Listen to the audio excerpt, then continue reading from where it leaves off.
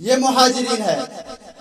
ان کے سامنے نبی اکرم صلی اللہ علیہ وسلم فرماتے ہیں یا معشر المہاجرین، اے مہاجرین کی جماعت، خصال خمس ان ابتلیتم بہن، کہ اے مہاجرین کی جماعت یاد رکھو 5 خصلتیں ایسی ہیں، 5 چیزیں، 5 جرائم ایسے ہیں، ان ابتلیتم بہن ونزلن بکم، جب تم ان 5 طرح کے جرائم میں پھنس جاؤ، ونزلن بکم اعوذ باللہ ان تدرکوہن، اور میں تمہارے بدلے پناہ مانگتا ہوں اللہ سے کہ کہیں تم اس میں مبتلا نہ ہو جاؤ، کہیں تم اس زمانے کو نہ پاؤ، اعوذ باللہ ان تدرکوہن، میں تمہارے بدلے پناہ مانگتا ہوں۔ اور کیا فرمایا؟ پہلی چیز، لم تظہر الفاحشة في قوم قط حتى يعلنوا بها الا فشا فيهم الطاعون والاوجاع التي لم تكن في اسلافهم الذين مضوا، کہ یاد رکھو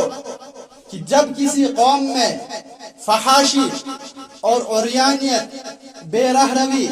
بد اخلاقی، انارکی اور اس طرح کی برائیاں جنم لے اور کھلے عام یہ چیزیں ہونے لگے، لم تظہر الفاحشة فی قوم، جب فحاشی عام ہو جائے کسی قوم میں، حتیٰ یعلنوا بها، اور اتنا ہی نہیں کہ بلکہ اس کے لیے باضابطہ اعلانات ہو اور کھلے عام یہ کیے جانے لگے، اور اس کے لیے باضابطہ سٹیجز سجائے جانے لگے،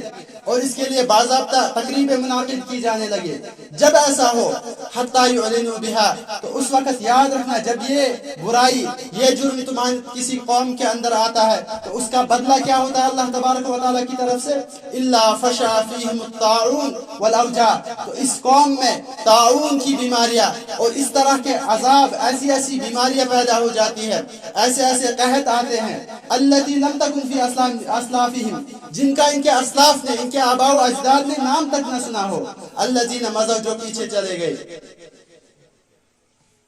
یعنی جب کسی قوم میں برائی اور بے رہروی، بد اخلاقی اور فحاشیت اور عریانیت عام ہو جائے تو اس قوم میں اللہ تبارک و تعالیٰ ایسی ایسی مہلک بیماریاں پیدا فرماتے ہیں جو ان کے اسلاف نے کبھی ان کا نام تک نہ سنا ہو۔ اب اس کو ہم ریلیٹ کر سکتے ہیں، حال ہی میں ہم نے ایک بڑا پینڈیمک دیکھا، وہ کیا تھا؟ اچانک کہاں سے آ گیا؟ اللہ تعالیٰ کی طرف سے ایک عذاب تھا۔ کیا ہم نے غور کیا اپنی جگہ؟ کیا ہم نے یہ تصور میں لایا کہ کہیں یہ اللہ تبارک و تعالیٰ کی طرف سے ہمارے لیے ایک عذاب، ایک خبردار کرنے کے لیے یہ تو نہیں تھا؟ لیکن اس کے باوجود اگر ہم نے اپنی زندگیوں میں تبدیلی نہیں لائی، یہ دور بھی ہم نے دیکھا، حالانکہ کووڈ-19 جو ہم نے دیکھا، اس سے چند دن پہلے یا چند ماہ پہلے اس کا نام تک بھی کسی کو معلوم نہیں تھا، لیکن پورے عالم میں جو تباہی اس نے مچائی اس کے ہم گواہ ہیں، ہمیں کسی سے پوچھنے کی ضرورت نہیں ہے۔ تو یہ کس کا نتیجہ تھا؟ نبی اکرم صلی اللہ علیہ وسلم نے فرمایا جب کسی قوم میں فحاشی عام ہو جائے، عریانیت، بد اخلاقی، بے رہ روی عام ہو جائے تو اس قوم میں بیماریاں ایسی ایسی پھیلیں گی جس کا ان کے آباء و اجداد نے نام تک نہ سنا ہو۔ آج ہم اسپتالوں میں دیکھتے ہیں کیسی کیسی مہلک بیماریاں ہیں اور لا علاج بیماریاں پیدا ہو رہی ہیں، اور ہر طرح کے سپر اسپیشلٹی ہسپتال بنائے جا رہے ہیں، اسپتال بنائے جا رہے ہیں، الگ الگ بیماری کے لیے الگ ہسپتال۔ یہ سارے ہمارے اعمال ہیں، ظہر الفساد فی البر والبحر بما کسبت ایدی الناس، اپنے ہاتھوں کی کمائی ہے۔ تو نبی اکرم صلی اللہ علیہ وسلم نے فرمایا پہلی چیز یہ ہوگی، فحاشی عام ہوگی تو اس کا نتیجہ یہ ہوگا ایسے طاعون، ایسی ایسی بیماریاں پیدا ہوں گی جس کا اسلاف نے نام تک نہ سنا ہو۔ دوسری چیز فرمائی وَلَمْ يَنْقُصُوا الْمِكْيَالَ وَالْمِيزَانَ إِلَّا أُخِذُوا بِالسِّنِينَ وَشِدَّةِ الْمُؤْنَةِ وَجَوْرِ السُّلْطَانِ عَلَيْهِمْ۔ دوسری چیز، جب کسی قوم میں ناپ تول میں کمی ہونے لگے، جب کسی قوم میں عدل و انصاف کا پیمانہ ختم ہو جائے اور ناپ تول میں خیانت آ جائے تو یاد رکھنا الا اخذوا بالسنین، تو اس قوم میں قحط سالی عام ہو جاتی ہے، وشدت المعونہ، اور ان کی معیشت تنگ ہو جاتی ہے، بے روزگاری جسے ہم کہتے ہیں، بے روزگاری بڑھ جاتی ہے، اور وجور السلطان علیہم، اور ان پر جو ان کا بادشاہ ہوتا ہے اس کی طرف سے ان پر ظلم بڑھنے لگتا ہے۔ یہ کس کا نتیجہ ہوتا ہے؟ جب کسی قوم میں عدل و انصاف ختم ہو جائے اور خیانت ناپ تول میں کمی ہونے لگے، اس کا نتیجہ یہ ہوتا ہے کہ اس قوم پر سب سے پہلے قحط آتا ہے، قحط سالی عام ہو جاتی ہے، اور اس کے بعد دوسری چیز کیا ہوتا ہے؟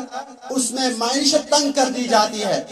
انمپلائمنٹ، ہم انمپلائمنٹ کا رونا روتے ہیں، لیکن اس کے اسباب کیا ہے؟ اور جو سب سے بڑا سبب وہ ہے خیانت کا، عدل و انصاف میں کمی کا، اور ایک دوسرے سے برا معاملہ کرنے میں۔ ان ساری چیزوں کا نتیجہ یہ نکلتا ہے کہ معیشت جو ہے وہ تنگ کر دی جاتی ہے۔ اور وجاور السلطان علیہم، تیسرا نتیجہ اس کا یہ بھی نکلتا ہے کہ جو ان کا حاکم ہوتا ہے وقت کا، وہ ان پر ظالم بن کر ان پر مسلط ہو جاتا ہے، اور ناپ تول عدل و انصاف کا قیام نہ کیا جائے تو چاہے وہ چھوٹے سے چھوٹا شخص ہو، دکاندار ہو، یا بڑے سے بڑے عہدے دار ہو، بڑے سے بڑا کرسی پہ بیٹھنے والا ہو اور ملازم ہو، چاہے کوئی تجارت کرنے والا ہو، ہر جگہ اس عدل و انصاف کے پیمانے کو قائم رکھنا ہے۔ اور جب یہ ختم ہو جائے گا تو اس قوم پر قحط سالی عام ہو جائے گی، اور ان کی معیشت تنگ کر دی جائے گی، اور ان پر ظالم حکمران مسلط کر دیے جائیں گے۔ اور تیسری چیز فرمایا نبی اکرم صلی اللہ علیہ وسلم نے،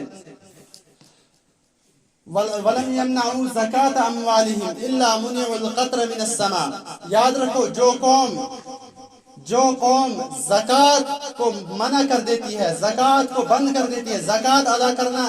بند کر دیتی ہے، وَلَمْ يَمْنَعُوا زَكَاةَ أَمْوَالِهِمْ إِلَّا مُنِعُوا الْقَطْرَ مِنَ السَّمَاءِ، تو ان پر بھی آسمان سے بارشیں روک دی جاتی ہے۔ جو قوم زکوٰۃ دینا بند کر دے تو اللہ تبارک و تعالیٰ بھی ان پر بارشیں برسانا بند کر دیتے ہیں۔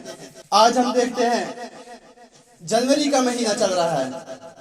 حالانکہ ابھی تک اگر پچھلے سالوں میں جائے تو ابھی تک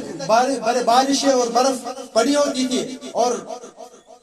آج اس سال میں ہم جب دیکھتے ہیں کہ نہ بارش ہے نہ برف ہے، کچھ بھی نہیں ہے، یہ کس کا نتیجہ ہے؟ یہ بھی ہمارے اعمال ہے۔ اللہ تعالیٰ ناراض ہے، لیکن اس کی طرف ہماری توجہ نہیں جاتی ہے، اور اس کا کتنا برا نتیجہ اگلے سال آ سکتا ہے، یا اس کے بعد ہماری نسلوں کو اس کا نتیجہ کتنا برا بھگتنا پڑ سکتا ہے، اس کا ہم تصور نہیں کرتے ہیں۔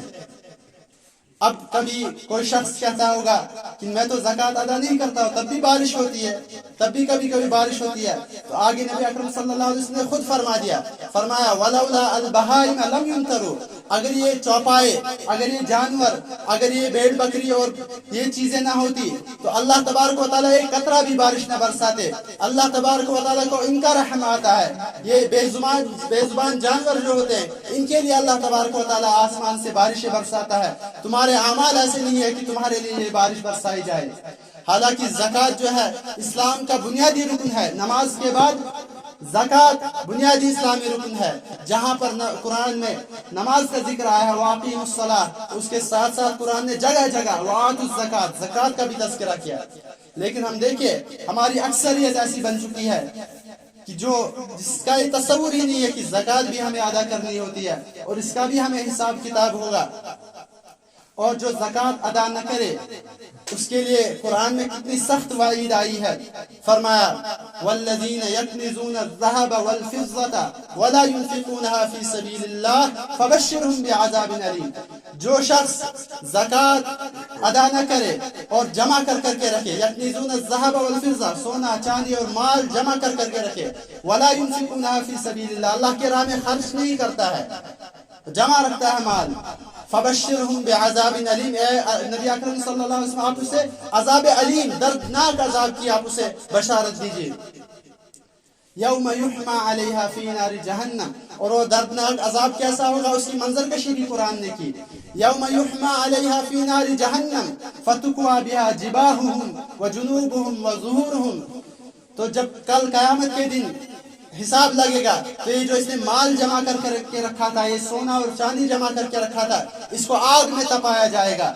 اور اس آگ میں جب تپایا جائے گا فَتُقْوَى بِهَا جِبَاهُهُمْ، اس کی پیشانی کو داغا جائے گا، وَظُهُورُهُمْ، اس کی پیٹھ کو داغا جائے گا، اور اس کے پہنوں کو داغا جائے گا، لہذا اس کے باڈی پارٹس کو داغا جائے گا اس گرم کیے ہوئے اس کے مال سے۔ کیوں؟ کیونکہ دنیا میں اس نے جمع کر کر کے رکھا تھا، غریبوں کا خیال اس نے نہیں رکھا تھا، زکوٰۃ اس نے ادا نہیں کی تھی، اور پھر جب یہ کیا جائے گا اس کے بعد اس سے کہا جائے گا ھذا ما کنزتم لانفسکم فذوقوا ما کنتم تکنزون، یہ ہے جو تم نے جمع کر کے رکھا تھا اپنے لیے آخرت کے لیے، تو چکھو اس کا مزہ جو تم نے جمع کر کے رکھا ہے۔ لہٰذا زکوٰۃ بنیادی اسلامی رکن ہے۔ نماز کے ساتھ ساتھ جہاں نماز کا حکم آیا ہے اس کے ساتھ زکوٰۃ کا بھی حکم آیا ہے، جو صاحب نصاب ہوتا ہے اس کے لیے لازم ہے، اس کے لیے انشاءاللہ الگ موضوع ہے۔ یہاں پہ فرمایا نبی اکرم صلی اللہ علیہ وسلم نے فرمایا وَلَمْ يَمْنَعُوا زَكَاةَ أَمْوَالِهِمْ، جو قوم بھی زکوٰۃ دینا بند کر دے إِلَّا مُنِعُوا الْقَطْرَ مِنَ السَّمَاءِ، تو آسمان سے اس پر بارشیں بند کر دی جاتی ہے۔ اور وَلَوْلَا الْبَهَائِمَ لَمْ يُمْطَرُوا، اگر یہ چوپائے اور جانور نہ ہوتے تو اللہ تبارک و تعالیٰ کبھی بھی آسمان سے بارشیں نہ برساتے۔ چوتھی چیز فرمایا نبی اکرم صلی اللہ علیہ وسلم نے فرمایا وَلَمْ يَنْقُضُوا عَهْدَ اللَّهِ وَعَهْدَ رَسُولِهِ إِلَّا سُلِّطَ عَلَيْهِمْ عَدُوٌّ مِّنْ غَيْرِهِ فَأُخِذُوا بَعْضَ مَا فِي أَيْدِيهِمْ، کہ جو قوم بھی اللہ اور اس کے رسول صلی اللہ علیہ وسلم کا عہد توڑے اور اس کا عہد کا پاس و لحاظ نہ کرے تو اس قوم پر کیا عذاب مسلط کیا جائے گا؟ اس پر اس کے دشمن مسلط کر دیے جائیں گے اور وہ اس کے تمام ریسورسز کو ہڑپ کریں گے۔ یہی الفاظ ہے فَأُخِذُوا بَعْضَ مَا فِي أَيْدِيهِمْ، جو بھی ان کے ہاتھ میں ان کے ریسورسز ہوں گی، ان کی چیزیں ہوں گی، وہ ان سے ہڑپ کر لیں گے، ان سے چھین کر لے جائیں گے، ان کے دشمن ان پر مسلط کر دیے جائیں گے۔ یہ کس کا نتیجہ ہوگا؟ کیونکہ انہوں نے اللہ اور اللہ کے رسول کا عہد توڑا ہے، اور عہد کیا ہے؟ ہم ہر وقت جب بھی ہم کلمہ پڑھتے ہیں لا الہ الا اللہ محمد الرسول اللہ صلی اللہ علیہ وسلم، تب ہم اس کا اعلان کرتے ہیں کہ ہمارا معبود، ہمارا حاکم، ہمارا خالق صرف اللہ ہے، اور اسی کی ہم فرما برداری کریں گے، اس کا ہم حکم مانیں گے۔ لیکن جب ہمیں حکم آتا ہے کہ نماز پڑھو، ہم ادا نہیں کرتے، ہمیں حکم آتا ہے زکوٰۃ ادا کرو، تب ہم آگے نہیں بڑھتے، ہمیں حکم آتا ہے روزے رکھو، تب ہم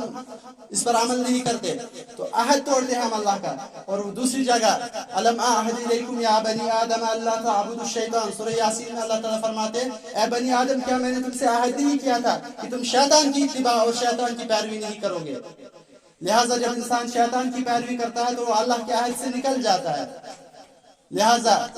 جو قوم بھی اللہ کے اور اللہ کے رسول صلی اللہ علیہ وسلم کے عہد کو توڑے تو اس پر کیا ہوتا ہے؟ اس پر دشمن مسلط کر دیا جاتا ہے۔ یہ میرے الفاظ نہیں ہے۔ اور فَأَخَذَ بَعْضَ مَا فِي أَيْدِيهِمْ، ان کے ہاتھ میں جو بھی ان کی چیزیں ہوتی ہیں، ان کے ریسورسز ہوتے ہیں، ان کا سارا چیزیں جو ہوتی ہیں وہ ان سے چھین کر لے جاتے ہیں۔ اور آخری چیز فرمایا، میں مختصر بیان کر رہا ہوں، پانچویں چیز فرمایا نبی اکرم صلی اللہ علیہ وسلم نے وَمَن لَّمْ يَحْكُمْ أَئِمَّتَهُمْ بِكِتَابِ اللَّهِ إِلَّا جُعِلَ بَأْسُهُمْ بَيْنَهُمْ، اور جس قوم کے ائمہ سے مراد دو طبقے ہیں، ایک تو علماء کا طبقہ اور حاکم جو حضرات ہوتے ہیں، حکام ہوتے ہیں، ان کا طبقہ۔ اور جب علماء ائمہ جو ہے اور یہاں حکماء حاکم جو ہے وہ اللہ اور اللہ کی کتاب کے مطابق فیصلے نہ کرے، اللہ کے دیے ہوئے قانون کے مطابق فیصلے نہ کرے، تو اس وقت یاد رکھنا بِاللَّهِ جُعِلَ بَأْسُهُمْ بَيْنَهُمْ، تو ان کی ساری جو طاقت ہوتی ہے وہ آپس میں گفتم گفتہ ہونے میں لگتی ہے، وہ آپس میں ایک دوسرے میں لڑائیاں اور جھگڑے اور آپس میں تنازع میں خرچ ہو جاتی ہے، ان کی ساری طاقت اسی میں لگ جاتی ہے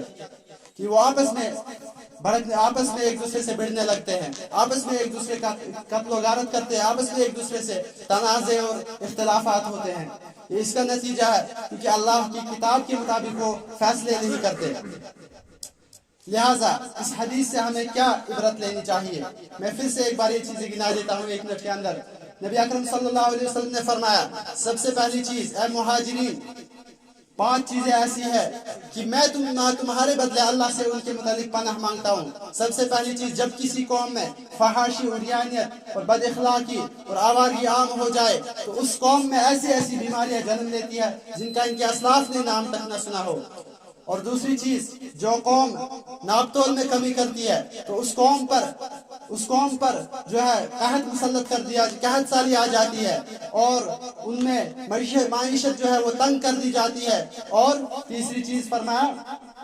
وشدت الماء وجور السلطان علیہم، اور ان کا حاکم ان پر ظلم کرنے لگتا ہے۔ تیسری چیز فرمایا جو قوم زکات دینا بند کر دیتی ہے تو اس پر اللہ تبارک و تعالیٰ بارشیں برسانا بند کر دیتے ہیں۔ چوتھی چیز جو اللہ اور اللہ کے رسول صلی اللہ علیہ وسلم کے عہد کو توڑتی ہے تو اللہ تعالیٰ اس پر دشمن کو مسلط کر دیتی ہے جو ان کے ریسورسز اور ان کے ہاتھ میں